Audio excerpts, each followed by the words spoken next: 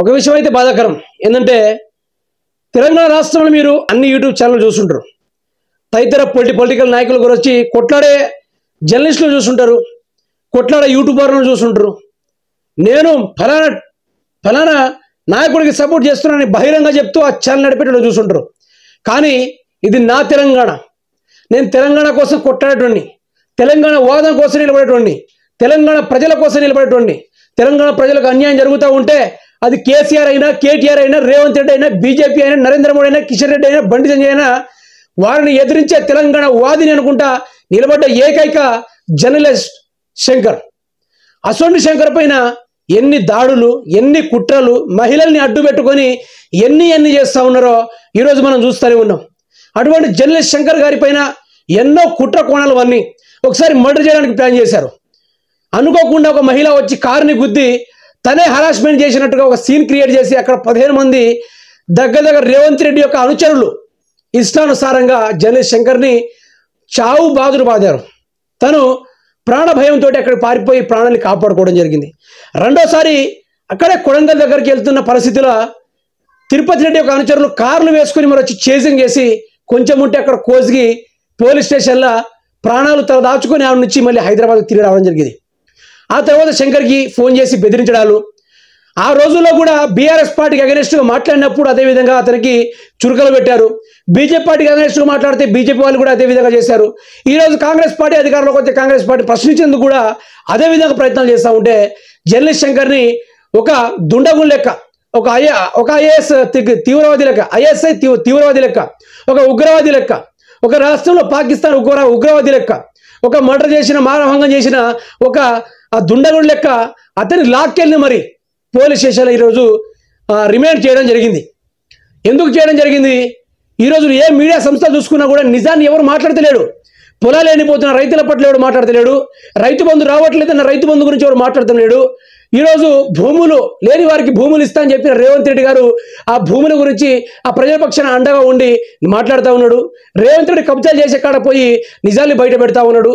రాష్ట్రంలో ఉన్న అవినీతిని అంతా తన అక్షరంతో ఈ పేపర్లు రాస్తా ఉన్నాడు, వీడియోల పరంగా ప్రజల్లోకి తీసుకెళ్తా ఉన్నాడు. ఇవన్నీ చూడి తట్టుకోలే కొన్ని మెయిన్ స్ట్రీమ్ మీడియాలు కావచ్చు, లేకుంటే ఆయన చేసే మెయిన్ స్ట్రీమ్ మీడియాలు కావచ్చు, రాజకీయ నాయకులే కావచ్చు, అతనిపైన కక్షవన్నీ అతన్ని ఈరోజు జైల్లో రిమాండ్ అయ్యేలాగా చేశారు, జైల్లో రిమాండ్ అయ్యేలాగా చూశారు. ఇంత ఘోరమా? ఒక నిజాన్ని బయట పెడతామంటే జర్నలిస్ట్ పైన ఇంత కక్ష సాధింప? ఇది ఒక రోజులో సాగింది కాదు, గత 10 సంవత్సరాల నుంచి జరుగుతున్న అటాకింగ్లు. ఏం చేశాడండి ఈరోజు తెలంగాణ రాష్ట్ర ప్రజలపైన? మాట్లాడే వాళ్ళు ఎవరున్నారు? ఒకరు బీజేపీ అనుకుంటా, ఒకరు కట్టర్ కాంగ్రెస్ అనుకుంటా, తదితర ఛానల్ పెట్టుకుని నడిపిస్తూ ఉన్నారు. ఈరోజు ప్రజల గురించి మాట్లాడుతూ ఉంటే ముఖ్యమంత్రి రేవంత్ రెడ్డి గారు ఏమంటా ఉన్నాడు? ఇవన్నీ బీఆర్ఎస్ మీడియాలంట. ముఖ్యమంత్రి రేవంత్ రెడ్డి గారు కానీ కొందరు కాకు సన్నాసులు కూసే మాటలు కూడా చెప్తా ఉన్నా. మేము ప్రజల వాయిస్ తీస్తూ ఉన్నాము, ప్రజల వాయిస్ తీసినంత మాత్రాన అంటే ఈ 2 సంవత్సరాల కింద రేవంత్ రెడ్డి గురించి కూడా మేము వీడియో చేసాము. మరి మేము కూడా కట్టర్ కాంగ్రెస్ వాళ్ళమా? ఏం మాట్లాడుతున్నారు? మీకు ఏమైనా కొంచెం బుద్ధి ఉందా? మీకు నిజమైన మొగతనం ఉంటే, మగోళ్ళు అయి ఉంటే మీరు మాతో పాటు మా తీరుగా వచ్చి గ్రౌండ్లో వచ్చి మీరు కూడా వీడియోలు తీయండి, ప్రజల యొక్క సమస్యలు బయటికి తీయండి. రాష్ట్రంలో ఉన్న ఎమ్మెల్యేలు అరచకాలు చేస్తూ ఉన్నారు. బీఆర్ఎస్ పార్టీలో ఉన్నప్పుడు ఎమ్మెల్యేలు అరచకం చేయలేదా? వాళ్ళు ఈరోజు ఓడిపోలేదా? అదేవిధంగా కాంగ్రెస్ పార్టీలు చేస్తూ ఉన్నారు. దాన్ని అదేవిధంగా మేము ప్రశ్నిస్తూ ఉన్నాం, ఆ వీడియోలు తీస్తూ ఉన్నాం, ప్రజలు విమర్శిస్తూ ఉన్నారు, ప్రజలు తిడుతూ ఉన్నారు, అవన్నీ చేస్తూ ఉన్నారు. అందుకని మా పైన కేసులు పెడతారు. మేము అగ్నెస్ట్గా వీడియోలు తీస్తే మేము బీఆర్ఎస్ వాళ్ళము. మీకు బీజేపీ పార్టీ వాళ్ళ మీడియాలో ఉపడతలేదా? బీజేపీ పార్టీ మీడియా ఉపడతలేదా? బీజేపీ పార్టీ సోషల్ మీడియా ఉపడతలేదా? Congress party social media ఉపడతలేదా?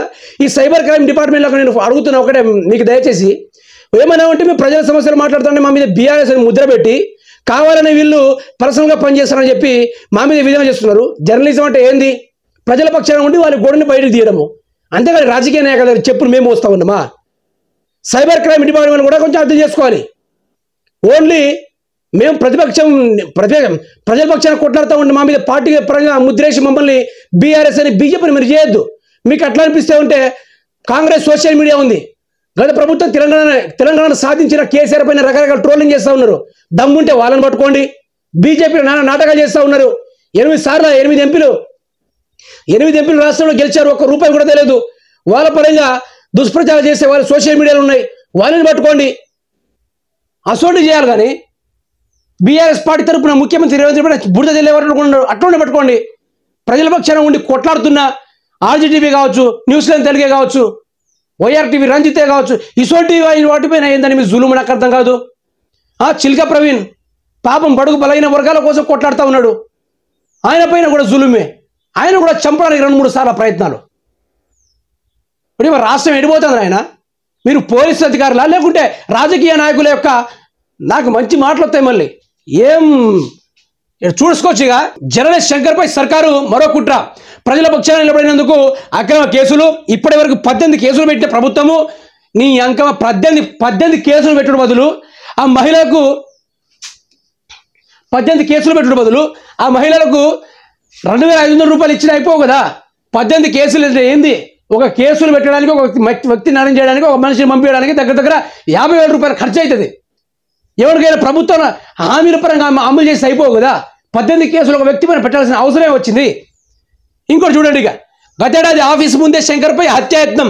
ఆ తర్వాత కొండారెడ్డిపల్లి వెళితే మరోసారి హత్యాయత్నం. ప్రభుత్వ వైఫల్యాలను ప్రశ్నించేందుకు కుట్రలు. తెలంగాణ పత్రికలో వాస్తవాలు రాసిన కేసులు. సర్కారు తప్పుడు కేసులు, దాడులపై ఏఐసిసి ఆఫీసు ముందే ధర్నా. ఎన్ని కుట్రలు చేసినా ప్రశ్నించడం మానని జర్నలిస్ట్ శంకర్. వ్యక్తిత్వ హననం లక్ష్యంగా కాంగ్రెస్ ప్రయత్నాలు. గతంలోనూ ఫేక్ క్లిప్పింగ్లతో సోషల్ మీడియాలో తప్పుడు ప్రచారం. ఇప్పుడు శంకర్పై మరోసారి అక్రమ కేసు. ఏం లేదు, ఏం చేస్తున్నారంటే శంకర్ పైన ఎటువంటి తప్పుడు మరక కూడా లేదు, చిన్న మచ్చ కూడా లేదు. అసలు మచ్చ లేకుండా ఒక మచ్చను క్రియేట్ చేస్తూ ఉన్నారు. ఫలానా మహిళను మోసం చేశాడు అనుకుంటా, ఫలానా వాళ్ళను మోసం చేసుకుంటాడా, ఫలానా మహిళలను వేధిస్తున్నాడు అనుకుంటా, ఈ విధంగా మచ్చలు క్రియేట్ చేసి అతనిపైన నానా రకాలుగా రిమాండ్కి పంపించడానికి. జర్నలిస్ట్ శంకర్ అరెస్ట్ టైంలో పోలీసులు హైడ్రామా. సివిల్ డ్రెస్సులో శంకర్ ఇంటికి పోలీసులు. నేను ఒకటి చెప్తున్నా, రాష్ట్రంలో గంజాయిలు విపరీతంగా పెరిగిపోయింది కాంగ్రెస్ పార్టీ అధికారంలోకి వచ్చినప్పటి నుంచి. అదే సివిల్ డ్రెస్ తీసుకుని పోయి ఆ గంజాయి మూటను పట్టుకుపోయారు. ఈ రాష్ట్రంలో పాకిస్తాన్లో కూడా మళ్ళీ వచ్చి ఇక్కడ హైదరాబాద్ లాంటి పేల్చుడు కార్యక్రమాలు చేస్తున్నాడు. ఇదే సివిల్ డ్రెస్ వేసుకుని వాళ్ళని పోయి పట్టుకుపోయారు. ఏం తప్పు చేశాడని సివిల్ డ్రెస్లో వచ్చి కార్లు వేసుకొని వచ్చి అతన్ని జైలుకి పంపాల్సిన అవసరం ఏమొచ్చింది రాష్ట్ర ప్రభుత్వానికి? ఒక యూట్యూబ్ ఛానల్కే భయపడుతున్నావు ముఖ్యమంత్రి రేవంత్ రెడ్డి. దీని వెనుక ప్రధానంగా మన కొండలరెడ్డి, తిరుపతి రెడ్డి యొక్క హస్తం ఉంది. అని మీరు వార్డు మెంబర్ ఎవరు అబ్బాయి మీరు? అసలు మాకు అర్థం కాదు. ఎవరు మీరు? 7 నుంచి 36 తెలంగాణ రాష్ట్రానికి. తెలంగాణ మాది. ఈరోజు రాష్ట్రంలో ప్రశ్నించడం ఈ విధంగా రిమాండ్లకు తరలించి రాష్ట్రంలో ఉన్న భూముల్ని సెక్రటరీ ఆఫీసులో ఏదైనా ప్రాజెక్టు కావాలంటే దాంట్లో 10 లక్షల కమిషన్ తీసుకొని 10 లక్షల కాంట్రాక్టులు ఇస్తారట వీళ్ళు. బిడ్డ మీ భర్తం పట్టే రోజులు దగ్గరలోనే ఉన్నాయి. మీరు చిప్ప కూడు తిని మీకు బేలు దొరికిన రోజులు కూడా దగ్గరలో ఉన్నాయి చెప్తున్నాను నేను. చూడండి, ఇక అధికారులు పార్టీ నేతల ల్యాండ్ కబ్జా చేశారని మాటలు. ఆ వెంటనే ఇంట్లోకి దూసుకెళ్లిన పోలీసులు సివిల్ డ్రెస్సుల్లో ఒకేసారి ఇంట్లోకి దూసుకురావడంతో భయపడిన మహిళా పిల్లలు నేరుగా బెడ్రూమ్లోకి వెళ్ళి అరెస్టు చేసిన పోలీసు కార్లు కాకుండా వేరే వాహనాల్లో తరలించే ప్రయత్నము. పోలీసులో గూండాలో తెలియక ఆందోళన. బలవంతంగా ఎక్కించుకొని తీసుకెళ్లిన పోలీసులు. అరే మీకు పోలీసులే ఆయన? మీరు నాకు అర్థం కాదు. మీకు డ్రెస్ కోడ్ లేదా? మీకు ఐడి కార్డు లేదా?